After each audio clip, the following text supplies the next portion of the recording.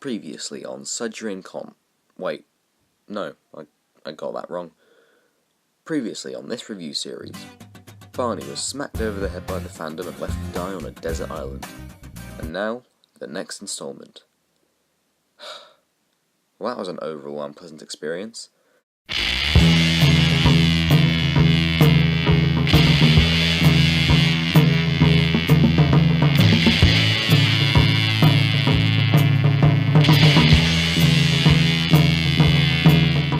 Good day, my fellow Thomas fans, and today I'll be diverting from my usual shtick of reviewing big community members' fan content and taking a look at a project from a much smaller community member. But first I'll give some backstory as to how this review came about. So back when I made my ViewFest, that was the Ghost Train duology review, a guy with the username JokerFan45, who was actually in one of those films, approached me and asked if I review a film on his other channel, Reese Griffin. And being the amiable guy that I am, I agreed. And Reese, I very much apologise that this review took so long to get out, but it's here now. As for what this film was about, if you read the title of the video, the film is called Legend of the Ghost Train, and it's about an American railroad during the 1950s dealing with dieselisation, prejudice, and of course, a ghost. It's a basic setup, but does the execution pay off? Well, stay tuned. This is Legend of the Ghost Train. So the film opens with what I think is a really good, creepy interlude. Railroads were once the backbone of America. Our railroad in particular was one of the finest. At least, until the ghost came.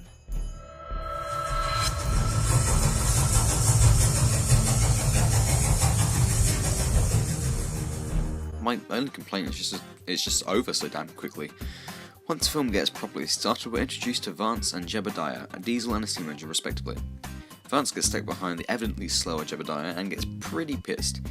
Now this scene is a first example of the absolute worst thing in this film. The god-awful green screen backgrounds. This is where I'll mostly rip into the film because it's so distracting. This is something that looks worse later on in the film, but when you see the background continuing past the tracks and it's like they're in the sky, it's ew. And sometimes the train models sort of fuzz into the background. You sort of get used to it as the film goes on, but if you, like me, are an avid film fan, just a fan of cinema in general, you can't help but get annoyed every time you see it. But anyway, later on we'll introduce the rest of the engines that work on the railroad, as well as the controller, who I guess is meant to be a sort of Captain Star-like figure, because, I mean, he doesn't leave the building, he just kind of yells from it. It's time to wake up. Good morning, Starfleet! Shut it! So the next morning we're introduced to visiting engine Kimberly. Something I'm going to throw out there is that she's my favourite character in the film, because all the guys, while okay, just sort of blend together. I'm just going to skip ahead a bit here because, well, the next scene features the worst use of green screen in the film, and I want to retain my composure. Plus, it's the only time where I really get bored. Cue the cut forward.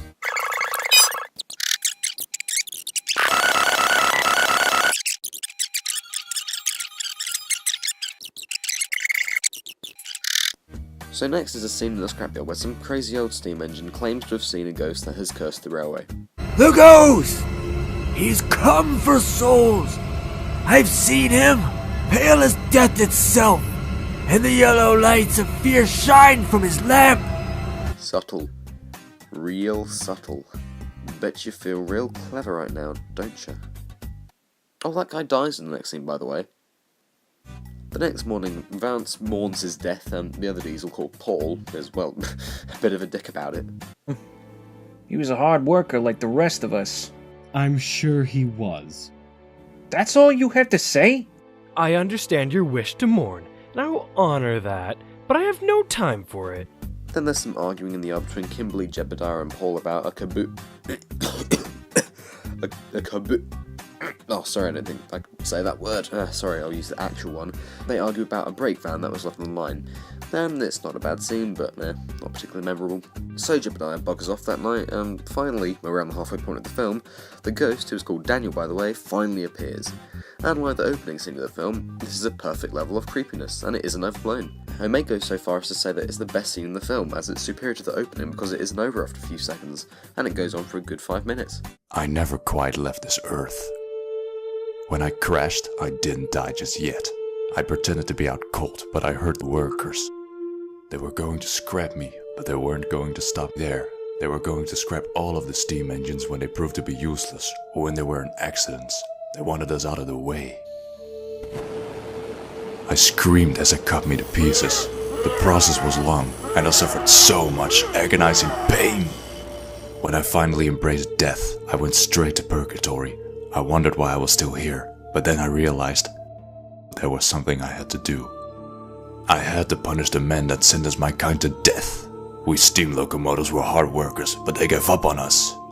They had to be taught a lesson for being so damn selfish.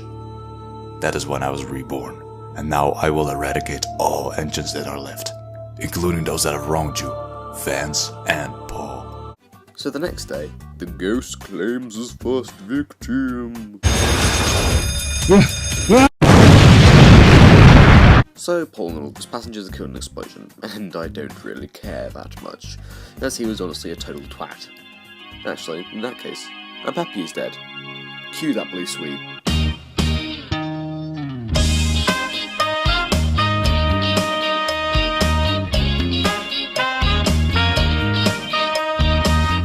After some angry mourning, Jebediah arranged to meet with Daniel in the scrapyard that night.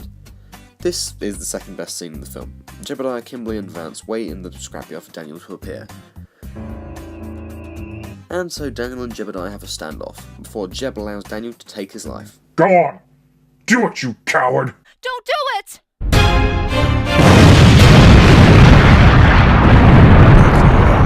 The traitor is gone. And just when it looks like it's over for Vance and Kimberly, there is a new contender.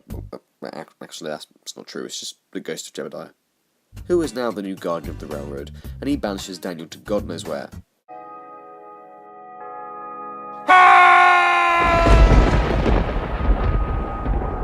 Then we get our wrap-up. We never heard from Daniel again.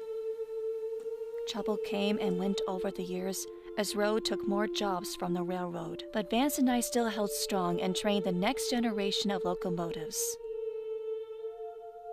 As for Jebediah, well, he became the ghost train, and he still watches over us to this day. Sometimes, on a clear night, we see him rolling down the line, whistling hello to us. And that is the story of the ghost train, protector of the railroad.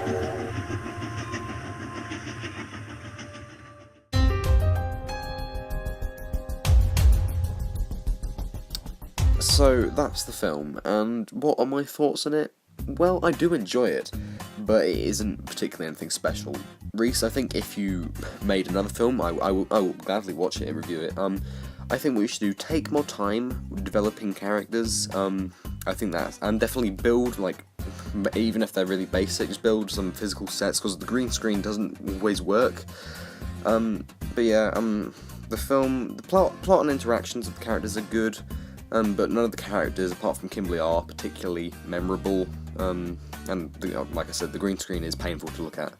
As for ratings, I'd give it a 7 out of 10, but it's really more of a 6.5, but that's all I have to say on Legend of the Ghost Train. But come back very soon, as I'll be taking a look at the first season of a series that I've been saying that I'll review for quite a while, and you guys seem to want it. But that is a story for another day.